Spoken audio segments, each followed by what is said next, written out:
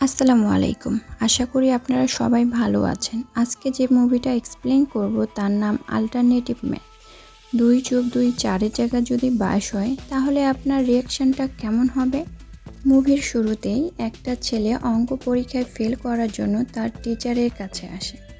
আমি পরীক্ষায় কী ভুল করেছি যে আপনি আমাকে ফেল করে দিয়েছেন?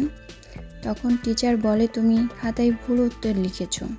2+2 4 হয়, 22 না। 2+2 4 হয়, 22 কীভাবে হয়?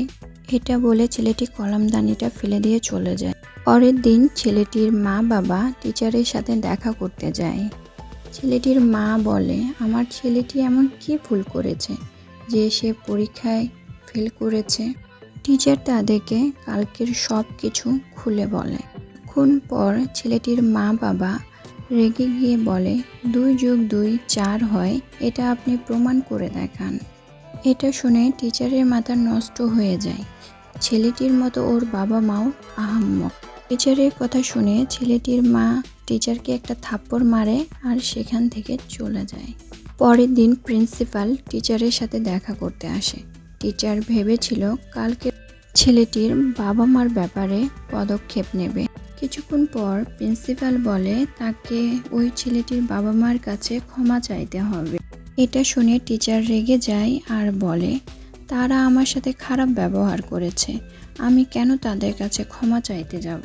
2+2 কত হয় সেটা ছেলেটির বাবা মা জানেই না।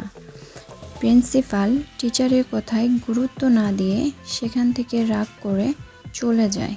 এই বিষয়টা নিয়ে স্কুলের সামনে আন্দোলন শুরু হয়।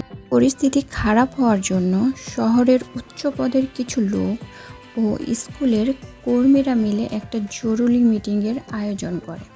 টিচার বলে আমি শুধু 2+2 4 হয় এটা বলেছি, আর এটার জন্য এত কিছু হবার কথা না। তখন মিটিংয়ের লোকেরা এসে বলে ওঠে 2+2 এর ভিন্ন ভিন্ন অ্যান্সার খুঁজে বের করা উচিত। এসব কথা শুনে টিচার অবাক হয়ে যায়। টিচার তারপরেও বলে 2+2 4 হয়, 22 না। এই মিটিংয়ে থাকা সবাই টিচারকে অনেক কিছু বলে আর সবাই মিলে ঠিক করে যে টিচারকে স্কুল থেকে বের করে দেবে। টিচার রাতে যখন টিভি দেখতে বসে তখন দেখে টিচারকে নিয়ে প্রতিটি চ্যানেলে টক শো হচ্ছে।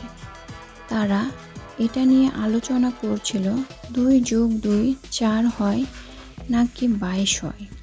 অনেকে 4-এর কথা বলছিল, আবার অনেকে 22-এর কথা বলছিল। কেউ সঠিকভাবে এর উত্তর দিচ্ছিল না। টিচারকে স্কুল থেকে ফোন দিয়ে বলানো হয় স্কুলে এসে কালকের সব হিসাব নিকাশ ক্লিয়ার করে চলে যেতে। পরের দিন টিচার যখন স্কুলে আসে সাংবাদিকগুলা টিচারকে ঘিরে ধরে।